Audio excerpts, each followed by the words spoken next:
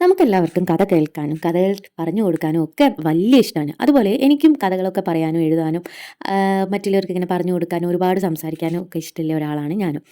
അപ്പോൾ എൻ്റെ ഈ കൊച്ചു കഥ നിങ്ങൾക്ക് ഇഷ്ടപ്പെട്ടെന്ന് ഞാൻ വിചാരിക്കുന്നു. ഇന്നലെ ഞാനിട്ട വീഡിയോ നിങ്ങളെല്ലാവരും കണ്ടു.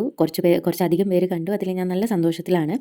ജീവിതത്തിൽ എല്ലാവരും സക്സസ് ആണെന്നൊന്നുമില്ല. എല്ലാ കാര്യത്തിലും എല്ലാവർക്കും എപ്പോഴും സക്സസ് ആവാൻ പറ്റിയിട്ടുണ്ടെങ്കിൽ ഈ ഒരു ജീവിതം എന്ന് പറഞ്ഞത്, ഈ ഒരു ലോകം എന്ന് പറഞ്ഞത് നമുക്കൊരിക്കലും വിശ്വസിക്കാൻ പറ്റാത്തൊരു കാര്യം തന്നെയാണ് ഈ സക്സസ് എന്ന് പറഞ്ഞിട്ടുള്ളത്. അതുപോലെ തന്നെയാണ് ഞാൻ ഈ യൂട്യൂബിൽ അപ്ലോഡ് ചെയ്യുന്ന വീഡിയോസിൻ്റെ കാര്യത്തിലും, വീഡിയോസിൻ്റെ വ്യൂസിൻ്റെ കാര്യത്തിൽ.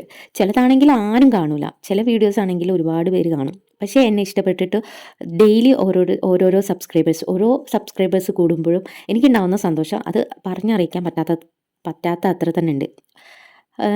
നിങ്ങൾ എൻ്റെ വീഡിയോസ് കണ്ടിട്ട് ഇഷ്ടപ്പെട്ടിട്ടാണല്ലോ വരുന്നത്, എൻ്റെ ചാനൽ സബ്സ്ക്രൈബ് ചെയ്യുന്നത്. ആ സബ്സ്ക്രൈബ് കൊണ്ട് തന്നെ എനിക്ക് കൂടുതൽ വീണ്ടും വീഡിയോസ് അപ്ലോഡ് ചെയ്യാൻ വേണ്ടിയിട്ടുള്ള ഒരു നല്ല പ്രചോദനം തന്നെയാണ് എനിക്ക് കിട്ടുന്നത്. അപ്പോൾ എൻ്റെ കഥ ഇന്നലത്തെ ബാക്കിയിൽ നിന്ന് നമുക്ക് തുടങ്ങാം.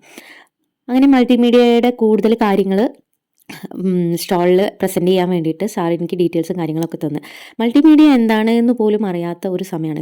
ജസ്റ്റ് ടാലിക്ക് ജോയിൻ ചെയ്ത ഞാൻ മൾട്ടിമീഡിയ എന്ന കമ്പ്യൂട്ടറിൽ നമ്മൾ വെക്കേഷൻ കോഴ്സായിട്ടും അല്ലാണ്ട് എന്തൊക്കെ കോഴ്സുകൾ പഠിപ്പിക്കുന്നു, ഇതിനെക്കുറിച്ചുള്ള ഏതൊക്കെ സോഫ്റ്റ്വെയർസ് ഉണ്ട് ആ ഓരോ കോഴ്സിലും ഇതിനെക്കുറിച്ചുള്ള കൂടുതൽ ഡീറ്റെയിൽസ് അടങ്ങിയ ഒരു നോട്ട്സ് ആയിരുന്നു അതിൽ. ആ നോട്ട്സ് വായിച്ച സമയത്താണ് ഞാൻ മനസ്സിലാക്കിയത് മൾട്ടിമീഡിയ എന്ന് പറഞ്ഞിട്ടുള്ള ഈ ഒരു കോഴ്സിൽ MDMA എന്നാണ് അതിൻ്റെ കോഴ്സിൻ്റെ name. Masters diploma in multimedia animation ആയിരുന്നു ആ കോഴ്സിൻ്റെ ഫുള്ളായിട്ടുള്ളത്. അപ്പം ആ ഒരു സമയത്ത് ഞാൻ ആ കോഴ്സിൻ്റെ ഡീറ്റെയിൽസൊക്കെ കണ്ടപ്പോൾ, കൂടുതലായിട്ട് അറിഞ്ഞപ്പോൾ എനിക്ക് വളരെ എന്താ പറയുക, അത് പഠിക്കണം എന്നുള്ള ഒരു വല്ലാത്തൊരാഗ്രഹം തോന്നി. കമ്പ്യൂട്ടർ കോഴ്സ് എന്തെങ്കിലും ചെയ്യണമെന്ന് വിചാരിച്ചിട്ട് തന്നെയാണ് ഞാൻ ആ വെക്കേഷൻ ടൈമിൽ അവിടെ പോയിട്ട് ജോയിൻ ചെയ്തത്, GTECൽ. പക്ഷേ ഞാൻ ഒരിക്കലും പ്രതീക്ഷിച്ചില്ല ഞാൻ ഈ ഒരു കോഴ്സിലേക്ക് മൾട്ടിമീഡിയയിലേക്ക് എത്തുന്നു.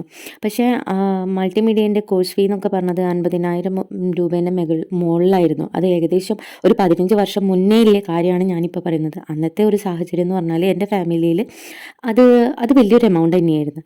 അത് ഉൾക്കൊള്ളാൻ അവർക്കും പറ്റില്ലായിരുന്നു. കോഴ്സിൻ്റെ ഡ്യൂറേഷൻ ആകട്ടെ ഞാൻ വിചാരിച്ചതിലും അപ്പുറം 1 വർഷത്തിന് മുകളിൽ ഏകദേശം വരും ചെയ്യും.